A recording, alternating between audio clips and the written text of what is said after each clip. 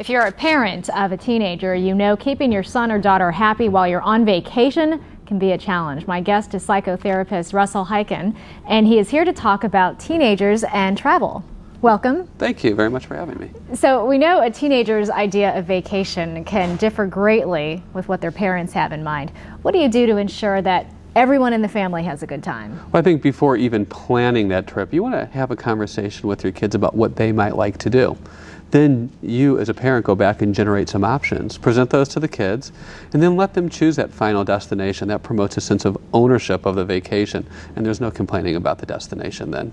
And what type of activities should you be planning for? I think it's not so much what type of activities, it's how you should be planning your activities that's important. I say ask the kids to plan a day and make them responsible for everything, the logistics of transportation, food, give them a budget to work with. But in order for this to work, the parents have to really commit to this idea because, you know, your kids may ask you to do something slightly out of your comfort zone. But as you said, it really gives them a sense of ownership as opposed to my parents aren't giving me my space. They're telling me what to do when I feel like an adult, a semi-adult at least. Exactly. You know what, and turnabout's fair play too. I always recommend that the parent try and spend some alone time with each one of their kids as well. That promotes family bonding. It mixes it up a little bit and makes for great dinner conversation at the end of the day. You know, I think about National Lampoon's Vacation with Clark Griswold while he's with the family, but it really, I think people can relate to that of how everything can just spiral out of control if you don't think about each other and what they want to do and what you want to do and compromise, I guess. Yeah, exactly. And it's also important to maybe lay some ground rules so you don't have things spiraling out of control. I always like to say that all the home rules apply. You know, that means, you know, no cussing, no drinking, no leaving your clothes on the floor. Of course, no hitting your sister like the Griswolds. Right.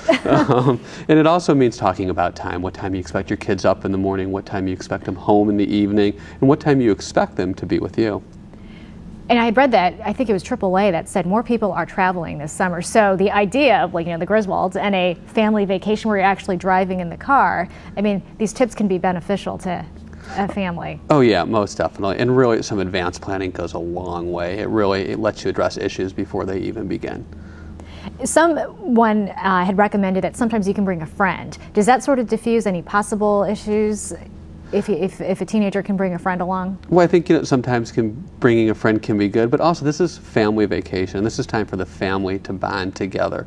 And so if you plan a vacation with some great activities, some downtime and relaxing time, everybody will really enjoy spending time around each other and make some great family memories. Now, if the vacation is centered around a trip to the grandparents' house and the teenagers are dead set against it from the beginning, what advice do you have? Well, first off, you're the parent, so they go. And you just tell them that.